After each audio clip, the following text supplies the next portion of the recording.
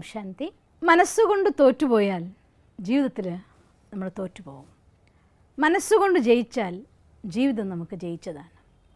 ജീവിതത്തിലെ കഷ്ടപ്പാടുകൾ വരാത്തവർ, പ്രയാസങ്ങൾ ഉണ്ടാകാത്തവർ, വിഷമങ്ങൾ ഉണ്ടാകാത്തവർ ലോകത്ത് ആരും ഉണ്ടായിരിക്കില്ല. ഒന്നല്ലെങ്കിൽ മറ്റൊരു രീതിയിലുള്ളതായിരിക്കുന്ന ദുഃഖവും പ്രയാസവും വിഷമവും എല്ലാവർക്കും ഉണ്ടായിരിക്കും. ചെറിയവർക്ക് ചെറുത്, വലിയവർക്ക് വലുത്. പദവി കൂടുന്തോറും അവരുടെ ഉത്തരവാദിത്വത്തിന്റെ അളവ് കൂടും, അതനുസരിച്ച് അവരുടെ ടെൻഷന്റെ അളവ് കൂടും. അല്ലാതെ കുറയൊന്നുമല്ല സംഭവിക്കുന്നത്. ഇപ്പൊ ലോകം ഇത് കലിയുഗമാണ്. വേനൽക്കാലത്ത് ചൂടുണ്ടാകുന്നത് പോലെ കലിയുഗത്തിൽ ദുഃഖവും അതിൻ്റെ ഭാഗവാക്കാണ്. കർമ്മക്കണക്കുകൾ മനുഷ്യന്മാർ തീർത്തുകൊണ്ടിരിക്കുന്ന സമയമാണ്. അതുകൊണ്ട് ഒന്നല്ലെങ്കിൽ മറ്റൊരു രീതിയിൽ, ഒന്നുകിൽ ശാരീരികം, അല്ലെങ്കിൽ മാനസികം, അല്ലെങ്കിൽ സാമൂഹികം, ഇങ്ങനെ എന്തെങ്കിലും ഒരു ദുഃഖം എല്ലാ മനുഷ്യന്മാരുടെയും വന്നുകൊണ്ടിരിക്കുന്ന കാലമാണ്. അതുകൊണ്ട് സ്വന്തം മനസ്സിലെ ചിന്തകളെ നിയന്ത്രിക്കാനാകുകയും സ്വന്തം മനസ്സിൻ്റെ മേലെ ജയിക്കാനാകുകയും ചെയ്യുന്ന വ്യക്തിക്ക് ഈ ലോകത്ത് എന്തിനും കീഴടക്കാനായിട്ട് സാധിക്കും. ഞാനൊരു ഉദാഹരണം നിങ്ങളെ മുന്നിൽ പറയാൻ ആഗ്രഹിക്കുകയാണ്. ഒരിക്കൽ ഒരു ഹോസ്പിറ്റലിൽ ക്യാൻസർ പേഷ്യൻസിൻ്റെ വാർഡിൽ ഒരാൾ അദ്ദേഹത്തിന് റിസൾട്ടിൽ ക്യാൻസറാണ് എന്നറിഞ്ഞപ്പോൾ സ്വയം മറന്നുകൊണ്ട് ഉറക്കെ ഏങ്ങലടിച്ച് കരയുകയാണ്. അയാളുടെ ആ കരച്ചിലിൻ്റെ ശബ്ദം, ആ ദുഃഖത്തിൻ്റെ ഏങ്ങലടികൾ അവിടെ മുഴുവൻ മുഴങ്ങി കേൾക്കും പോലെ തോന്നിപ്പോയി. ആ വാർഡിൽ നിന്ന് കുറച്ച് പേഷ്യൻസ് പുറത്തേക്ക് ഇറങ്ങി വന്നതിൽ ഒരു പേഷ്യൻ്റ് അയാളെ പതുക്കെ സ്നേഹത്തോടെ കൂട്ടിക്കൊണ്ടുപോയി ആ ജനലിൽ കൂടെ കാണിച്ചു കൊടുത്ത് പറയുകയാണ്, എൻ്റെ സഹോദര, ഈ രോഗത്തെക്കുറിച്ചൊക്കെ എന്തിനു ചിന്തിക്കണം? നോക്കൂ, അങ്ങകലെ കളിക്കുന്നതായിരിക്കുന്ന കുട്ടികൾ, കുറച്ചപ്പുറത്ത് ആ മനോഹരമായിരിക്കുന്ന കുന്ന്, അതിൻ്റെ താഴ്വാരത്തിലൂടെ ഒഴുകിക്കൊണ്ടിരിക്കുന്ന എന്ത് സുന്ദരമായിരിക്കുന്ന പുഴ. ഇയാൾ പറയുമ്പോൾ ഓരോന്നോരോന്നായിട്ട് ഇയാൾക്ക് കാണുന്ന പോലെ തോന്നി. അതുകൊണ്ട് ഇതിനെയെല്ലാം മറന്നുകൊണ്ട് ഈ നല്ല നല്ല ദൃശ്യങ്ങൾ കാണൂ, എന്നാൽ തന്നെത്താൻ നമ്മുടെ മനസ്സ് ശാന്തമാവും. അതുകൊണ്ട് ഇങ്ങനെ വെറുതെ കരയരുത്. കരഞ്ഞാൽ നമ്മൾ തോറ്റുപോകും, ചിരിച്ചാൽ നമ്മൾ ജയിച്ചു പോകും എന്ന് പറയുകയാണ്.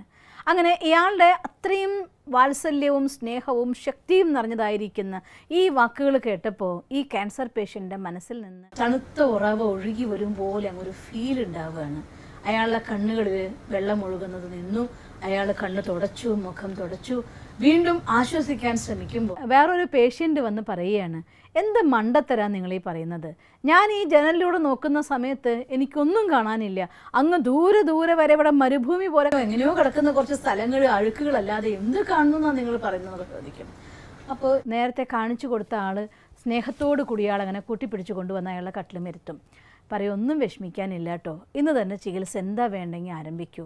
അങ്ങനെ അയാൾക്ക് അന്ന് തൊട്ട് തന്നെ ചികിത്സ ആരംഭിച്ചേ പറ്റുമായിരുന്നു. ക്യാൻസറിൻ്റെ ഒരു സീരിയസ് സ്റ്റേജിൽ അയാൾ എത്തിയിട്ടുണ്ടായി. ഹോസ്പിറ്റലിൽ അയാൾ അഡ്മിറ്റ് ആക്കുകയാണ് അന്ന്.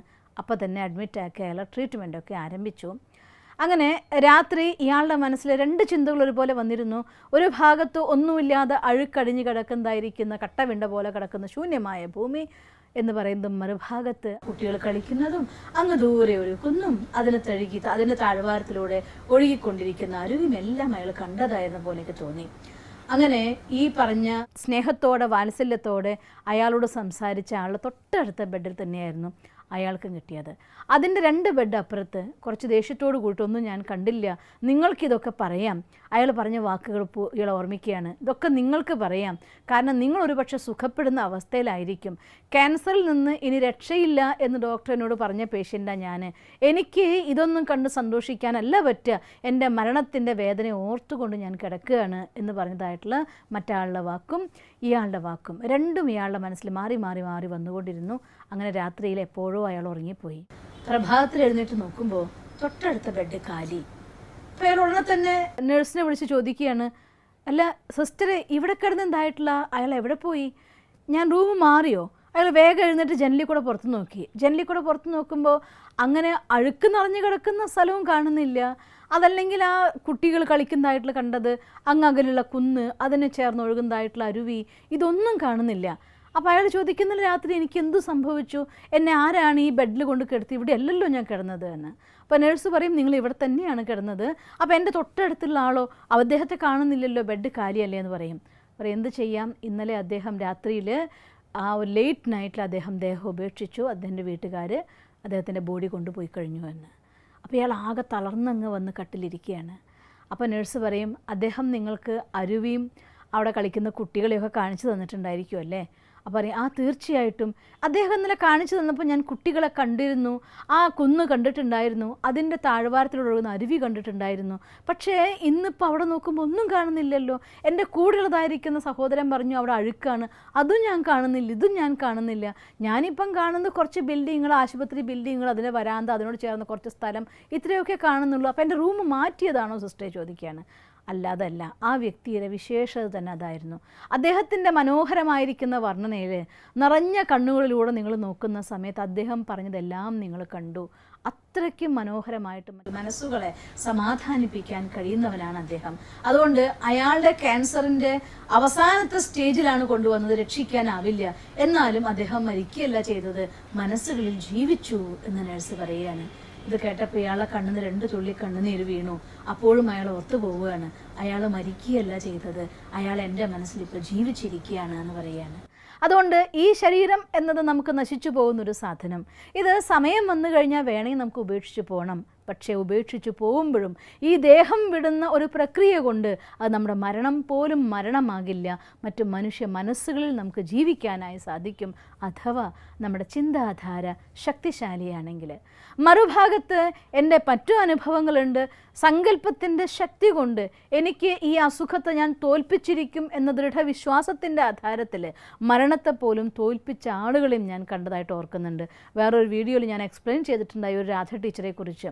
തൻ്റെ ജീവിതത്തിൻ്റെ ക്യാൻസർ കൊണ്ട് ഡോക്ടർ ഇനി VRS എടുത്ത് വീട്ടിലിരിക്കൂ എന്ന് പറഞ്ഞ സമയത്ത് ഡോക്ടറെ 3 മാസം ഡോക്ടർ എനിക്ക് വിധി എഴുതുകയാണോ? ഇല്ല കേട്ടോ, എൻ്റെ ഇളയ മകളുടെ കല്യാണം കഴിയാതെ എന്നെ എൻ്റെ കണ്ണൻ കൊണ്ടുപോവില്ല എന്ന് ദൃഢനിശ്ചയമെടുത്ത മാതാജി വർഷങ്ങൾക്ക് ശേഷം ഇളയ മകളുടെ കല്യാണം കഴിഞ്ഞിട്ടും ജീവിച്ചിരിക്കുന്ന അമ്മേനും ഞാൻ കണ്ടിട്ടുണ്ട്.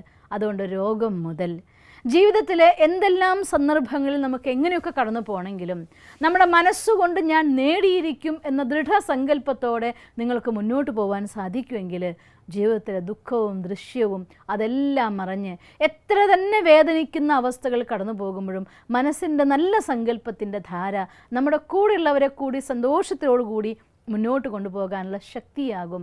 അഥവാ നിങ്ങൾ മരിച്ചാലും മറ്റുള്ള മനുഷ്യ മനസ്സുകളിൽ നമ്മൾ ജീവിക്കുന്നവരായിട്ട് മാറും. ആലോചിച്ച് നോക്കൂ, ഇന്നും ഗാന്ധിജി, നെഹ്റു, എത്ര മഹാത്മാക്കളാണ്. അവരെല്ലാം ഈ ദേഹം ഉപേക്ഷിച്ച് പോയി കഴിഞ്ഞു. എന്നിട്ടും ഇന്നും നമ്മുടെ കുട്ടികൾക്കിടയിൽ, നമ്മുടെ വലിയവർക്കിടയിൽ, നമ്മുടെ രാഷ്ട്രത്തിലെ ഭാരത നിവാസികൾക്കിടയിൽ അവരെല്ലാം ജീവനോടെ ഉണ്ടെങ്കിൽ കർമ്മം കൊണ്ട് മനസ്സുകൊണ്ട് ജയിച്ചവരാണ്. അതുകൊണ്ട് മനസ്സുകൊണ്ട് ജയിച്ച നമുക്ക് ഈ ജീവിതം വിജയിക്കാനാകും. മനസ്സുകൊണ്ട് തോറ്റാൽ നമ്മളെല്ലായിടത്തും തോറ്റുപോകും. അതുകൊണ്ട് ഒരിക്കലും മനസ്സുകൊണ്ട് തോൽക്കാതിരിക്കൂ. നിങ്ങളുടെ ജീവിതം എന്നും വിജയിക്കൂ. നിങ്ങൾക്ക് അങ്ങനെ സാധിക്കട്ടെ എന്ന് ഞാൻ ആ സർവശക്തനായ ഭഗവാനോട് പ്രാർത്ഥിക്കുന്നു. ഓം ശാന്തി. ദിവസം തോറും ജീവിത വിജയങ്ങൾക്ക് വെളിച്ചം വീശുന്ന പുത്തൻ വീഡിയോകൾക്കായി ഞങ്ങളുടെ യൂട്യൂബ് ചാനൽ സബ്സ്ക്രൈബ് ചെയ്യൂ. നോട്ടിഫിക്കേഷൻ ലഭിക്കുന്നതിനായി ബെൽ ഐക്കൺ ക്ലിക്ക് ചെയ്യൂ. ഒപ്പം ഞങ്ങളുടെ ഫേസ്ബുക്ക്, ട്വിറ്റർ, ഇൻസ്റ്റാഗ്രാം പേജുകൾ ഫോളോ ചെയ്യൂ. നന്ദി.